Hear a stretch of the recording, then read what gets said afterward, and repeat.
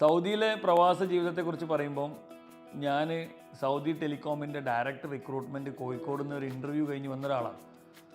വളരെ ചെറിയ സാലറിക്ക് ഡയറക്റ്റ് കോഴിക്കോട് നിന്ന് എന്താണ് സൗദി അറേബ്യ എന്നറിയാതെ കയറി പോകുന്ന ഒരാളാണ്. അത് 27-28 കൊല്ലമായി. ആ കാലം മുതൽ നമ്മൾ കേട്ട് വരുന്നതാണ് ഇനിയൊരു 2 കൊല്ലം കഴിഞ്ഞാൽ സൗദി ഉണ്ടാവില്ല എന്നല്ല, എല്ലാവരും എക്സ്പാർട്സൊക്കെ തിരിച്ചു പോകും.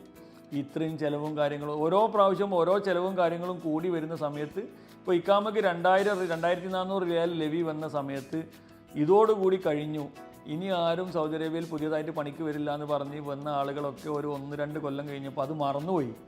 അങ്ങനെ ഉണ്ടായിരുന്നില്ല എന്ന്. പിന്നെ വരുന്ന സമയത്ത് അങ്ങനെ ഉണ്ടായിരുന്നില്ല എന്നാണ് അവർ പറയുന്നത്. അതേപോലെ തന്നെ ഓരോ ഘട്ടത്തിലും നമ്മൾ കണ്ടുകൊണ്ടിരുന്ന സാഹചര്യം ഇപ്പോൾ ഈ 9600 വരെ ലെവി വന്ന സമയത്തും ഇതിലപ്പുറം ആളുകൾ പറഞ്ഞു. ശരിക്ക് പറഞ്ഞാൽ സൗദിയിൽ ഓപ്പർച്യൂണിറ്റി കഴിഞ്ഞതല്ല, ഇപ്പോഴാണ് ശരിക്കുള്ളത് റിയൽ ഓപ്പർച്യൂണിറ്റി സ്റ്റാർട്ട് ചെയ്യുന്നത്. അത് ഒരു ജോലിക്കാരനാണെങ്കിലും ഒരു മുമ്പുണ്ടായിരുന്ന ഒരു ഫ്രീ വിസ സിസ്റ്റം എന്ന് പറഞ്ഞ സാധനം സൗദിയിലില്ല എന്നുള്ളതാണ് ഇപ്പോഴത്തെ ഒരു റിയാലിറ്റി. പക്ഷെ മുമ്പ് ഫ്രീ വിസയിൽ വന്നിട്ടുള്ള ഒരാൾ എന്ത് സമ്പാദിച്ചിരുന്നു എന്നുള്ളൊരു ചോദ്യമല്ലേ. അത് അയാൾ പേപ്പറിൽ എഴുതി കൂട്ടിയിട്ടുണ്ടെങ്കിൽ ഇന്ന് അയാൾക്ക് ഒരു 3000-2500 റിയാൽ ശമ്പളം കിട്ടുന്ന ഒരു ജോലി ചെയ്യുകയാണെങ്കിൽ ചിലപ്പോൾ അത്രയും ഈ ഫ്രീ വിസയിൽ വന്ന ആൾ ബാക്കിയാക്കിയിട്ടുണ്ടാവില്ല.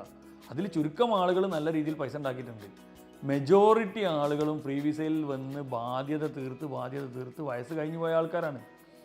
അപ്പം സൗദി ഈ തീരാൻ പോവുകയാണെന്നുള്ളതല്ല, സൗദി തുടങ്ങുന്നുള്ളത്. ഇപ്പോഴാണ് ശരിക്കും സൗദി കളി തുടങ്ങിയത്. ഇതിൻ്റെ കൂട്ടത്തിൽ നിന്നിട്ട് നമ്മൾ കാഴ്ചക്കാരനായി നിൽക്കാതെ കൂടെ ഇറങ്ങി കളിക്കാൻ പറ്റുന്ന ചാൻസ് ഉണ്ടോ?